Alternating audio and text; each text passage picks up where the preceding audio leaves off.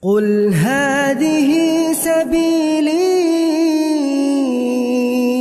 أدعو إلى الله. Assalamualaikum warahmatullahi wabarakatuh. Alhamdulillah kita ketemu lagi di channel pemberantas kemaksiatan kaum muslimin. Dan seperti biasa kaum muslimin, sebelum kita masuk ke pembahasan, kami ingatkan untuk kaum muslimin yang belum subscribe ke channel ini, silahkan subscribe untuk mendapatkan notifikasi ketika ada video-video yang terbaru yang kita upload di channel ini. Dan untuk yang sudah subscribe, kami ucapkan jazakumullahu khairan katsira. Dan kaum muslimin, kita kembali membahas kisruh nasab di kalangan para habaib kaum muslimin. Karena kisruh nasab ini belum juga kelar kaum muslimin, masih terus berlanjut.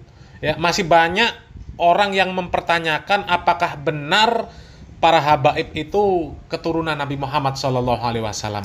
Dan tentu pertanyaan yang seperti itu tidak muncul begitu saja. Ya, pertanyaan seperti itu muncul karena ada sebabnya. Sebabnya adalah ya ulah para habaib sendiri. Ya. Para habaib yang mengaku-ngaku sebagai cucu Nabi. Mereka membangga-banggakan diri mereka. Ya, yang mereka kalau ceramah ngomong seenaknya. Mereka mengaku lebih mulia daripada yang bukan habaib. Ya. Pokoknya ya mereka katakan, pokoknya habaib ya meskipun nakal, gila, bodoh, ya mereka mengaku tetap lebih mulia daripada selain habaib. Meskipun ulama, ya meskipun ulama sekalipun tetap tidak lebih mulia daripada habib yang nakal sekalipun kaum muslimin. Ya, yang tukang maksiat. Ya. Kemudian juga karena sikap-sikap arogan mereka lah kaum muslimin ya, yang banyaklah videonya beredar kaum muslimin. Ya, belum lagi ceramah-ceramah mereka yang isinya ya banyak dongengan-dongengan yang gedabrus kaum muslimin. Bisa naik ke langit ketujuh, ya, Mi'raj dalam satu hari 70 kali. Padahal Nabi Muhammad SAW seumur hidup ya cuma sekali kaum muslimin. Beliau Nabi, beliau Rasul. Ya. Kemudian ada habib yang mengaku bisa ketemu dengan Nabi setiap hari. Ya, macam-macam lah kaum muslimin ya. Mereka mengatakan berguru kepada habib yang bodoh ya. Satu habib yang bodoh itu perbandingannya sama dengan 70 kiai yang alim. Bayangkan kaum muslimin. Belajar apa kita sama orang bodoh ya.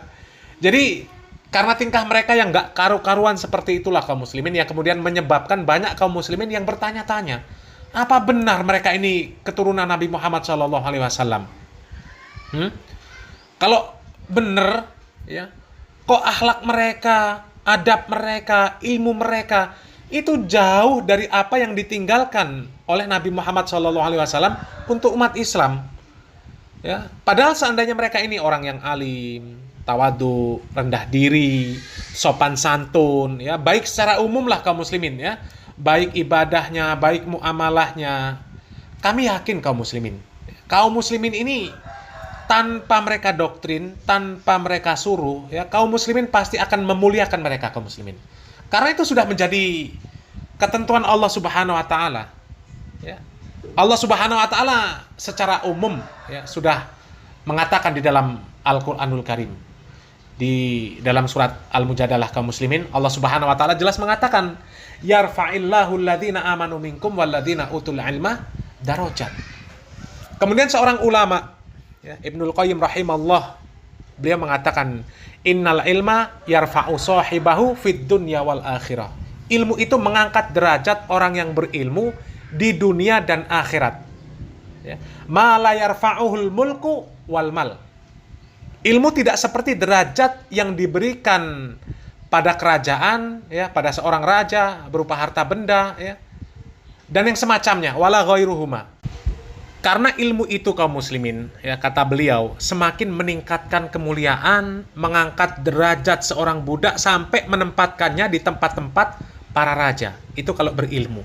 Ya, itu perkataan Ibnul Qayyim rahimahullah di dalam kitabnya Miftah Daris Sa'adah. Ya, begitu kaum muslimin. Jadi seandainya para habaib itu ya baik, ya baik semuanya, muamalahnya baik, ibadahnya baik, insya Allah ya tanpa diperintahkan, tanpa didoktrin, kaum muslimin pasti memuliakan mereka kaum muslimin. Ya karena sudah ditanamkan di hati kaum muslimin ya kecintaan kepada orang-orang yang mencintai Allah dan Rasulnya, yang mengikuti syariat Allah dan Rasulnya. Tapi karena kelakuan para habaib yang nggak karu-karuan, ya wajar kalau kemudian kaum muslimin banyak yang bertanya-tanya. Ya, dan mereka menganggap nggak pantas lah kalau para habaib itu mengaku sebagai zuriat Nabi Muhammad SAW. Masa zuriat Nabi kok seperti itu akhlaknya, adabnya, muamalahnya, ibadahnya. Ya, maka akhirnya muncullah kaum muslimin tuntutan supaya para habaib ini tes DNA supaya jelas, ya, apa benar mereka ini keturunan Nabi Muhammad SAW. Dan ternyata yang menarik kaum muslimin, setelah sekian banyak dari para habaib yang melakukan tes DNA, ternyata DNA mereka terkonfirmasi berkode atau berhaplo G, yang artinya keturunan Yahudi. Bahkan kemarin ada videonya yang sudah kita angkat kaum muslimin, Habib Ja'far, orang yang mengaku sebagai cucu Nabi. Ternyata hasil tes DNA-nya menunjukkan dia ini tidak ada DNA Arabnya. Malah DNA Inggrisnya yang lebih dominan kaum muslimin. DNA Arabnya nggak ada. Ya, ini kan tentu semakin membuat para habaib ketakutan untuk tes DNA. Ya, nanti kalau mereka tes DNA akan ketahuan bahwa mereka nggak ada DNA Arabnya, sedangkan Nabi orang Arab. Dan kaum muslimin di sini ada sebuah video seorang habib yang mengaku, ya ini jelas karena ketakutannya tes DNA kaum muslimin, ya, mengaku tidak perlu tes DNA, ya, karena para habaib punya sesuatu yang bisa membuktikan bahwa mereka adalah keturunan Nabi. Bahkan bukti ini diklaim lebih kuat dari tes DNA kaum muslimin, ya. Coba kita simak videonya kaum muslimin. Kalau sekarang, maaf, zuriyah Rasul sekarang, itu bisa nggak? Mungkin nggak itu dites DNA untuk membuktikan ini karo ngopi iki. Rada medeni soalnya. Untuk membuktikan bahwa benar-benar itu keturunan Rasul. Cara menentukan DNA, kalau DNA itu kan ambil akarnya, terus sampel cabangnya kan begitu. Kita mesti paham dulu bahwasanya qiyafah itu memang cara untuk thubutin nasab. Dan qiyafah, jadi melihat kemiripan itu tidak sekuat DNA. DNA sangat kuat sekali. Lebih kuat daripada qiyafah. Akan tetapi yang nomor 4 ini kan, yang pertama kan zawaju sahih, iqrar, kemudian syahadah. Bayinah atau syahadah. Sama saja, bayinah itu syahadah, sama. Yang keempat adalah qiyafah atau himdun nawawi atau DNA ini. Yang keempat ini adalah cara yang paling lemah daripada kaifiyatu thubutin nasab. Karena dia itu lemah, dia tidak bisa untuk digunakan untuk thubutin nasab kecuali fi halatin khosoh, dalam konteks-konteks tertentu. Kapan itu? Jika tidak jika tidak diketahui nasabnya ini siapa. Contohnya ada Sunan Gelut ini, Syekh Sabit Abil Fadl. Kita tidak mengetahui dia nasabnya siapa. Bin siapa kita tidak tahu. Dan itu masih masih kecil. Kemudian ada orang yang mengklaim Sabit adalah anak saya. Oh, ini adalah anak saya. Ketika itu ada 2 orang yang mengklaim bahwasanya Sabit itu anaknya, satunya Abdul Khalik, satunya Abdul Jabbar. Nah, ini saling mengklaim. Ini Sabit bin Abdul Khalik atau Sabit bin Abdul Jabbar dalam konteks, ya. Kita tidak tahu siapa ayahnya. Kalau sudah tahu ayahnya siapa, loh, Sabit ini bin Hasan kok. Kemudian ada 2 orang mengklaim ini adalah anak saya, tidak boleh. Apa guys teman dia kok sampai diklaim-klaim banyak orang itu? Kita tanya, mungkin dia penjual Maduna gitu.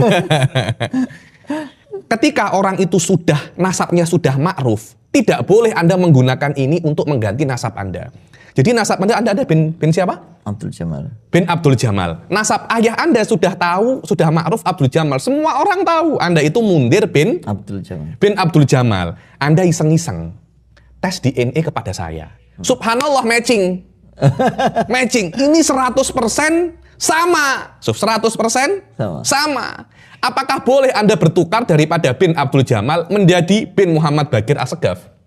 Apakah boleh semacam itu? Tidak boleh. Kenapa? Karena ada sesuatu yang lebih kuat. Apa? Zawaju sahih.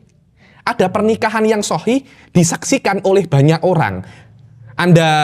Ayah Anda menikah tahun 80, Anda lahir 5 tahun setelah menikah dalam kurun waktu pernikahan, dan itu mungkin.